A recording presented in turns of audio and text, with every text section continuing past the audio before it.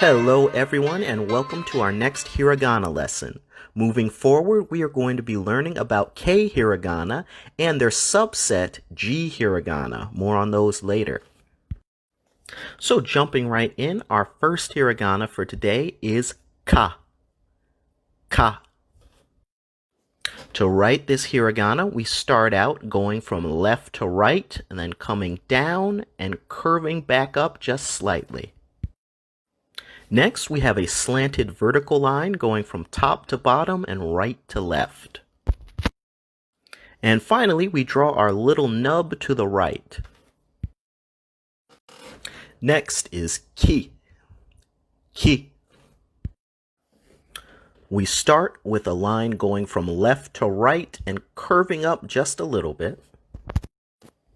Then we draw another longer line, also going from left to right and curving up a little bit. We draw a slanted line from top to bottom and left to right that intersects with both of our first two lines. And finally, we draw our curve starting at the bottom left. You may notice that our handwritten ki looks a little bit different from a ki written on the computer. Specifically, that the last stroke is unattached in our handwritten ki, but attached in our computer ki. This is just a matter of stylization. You're going to see it with a couple other hiragana that we go over. I prefer to think of it like the English letter G. Think about writing G with your hand versus writing it on the computer. They look very different, but we still recognize both of them as the same letter. Now we have ku. Ku. And this hiragana is just one stroke. We go from top to bottom, right to left, and then from top to bottom, left to right. Next is ke. Ke. For our first stroke, we have a curved vertical line going from top to bottom and then curling back up just slightly. Then to the right of that, we have a short horizontal line going from left to right. And then another curved vertical line going from top to bottom and intersecting with our horizontal line. Our last Kei hiragana is ko. Ko. We start off going from left to right and then curving under just slightly. And then underneath that first line, we have a curved line, again going from left to right. That's a little bit longer. So that's it for our Kei hiragana, but I mentioned at the beginning of this video that we'd be looking at G hiragana as well. Well, to learn about those, we first have to learn about something called diacritic marks. Simply put, diacritic marks are little marks that go to the upper right of certain hiragana that slightly change the pronunciation of those hiragana. There are two types of diacritic marks in Japanese. First, there are dakuten, also called nigori. They basically look like quotation marks. Then there's the handakuten, or maru. It is just a little circle. In fact, the word maru means circle. Our G hiragana are formed by placing dakuten, or nigori, to the upper right of Kei hiragana, and I'll show you just what I mean.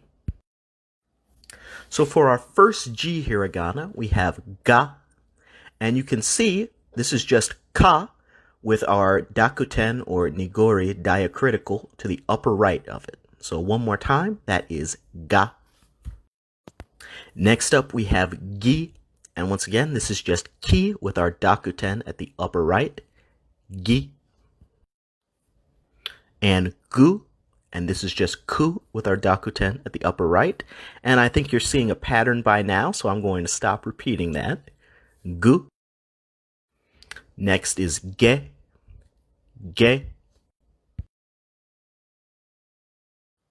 And our last G hiragana is go. Go.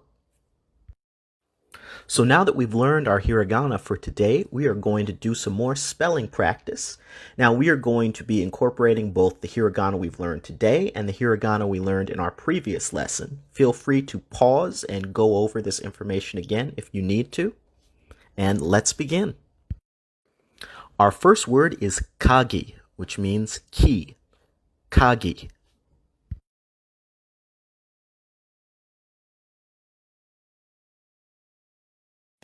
And we spell this word with ka and gi.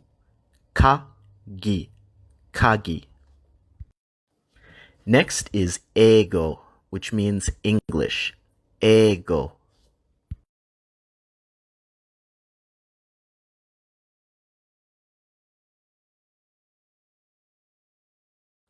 And this is spelled e, I, and go. Ego. Keigo, which means formal speech. Keigo.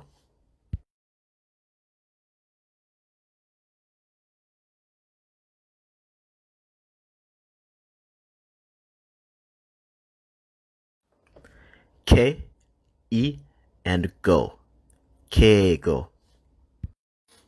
And our last word is kuki, which means air. Kuki.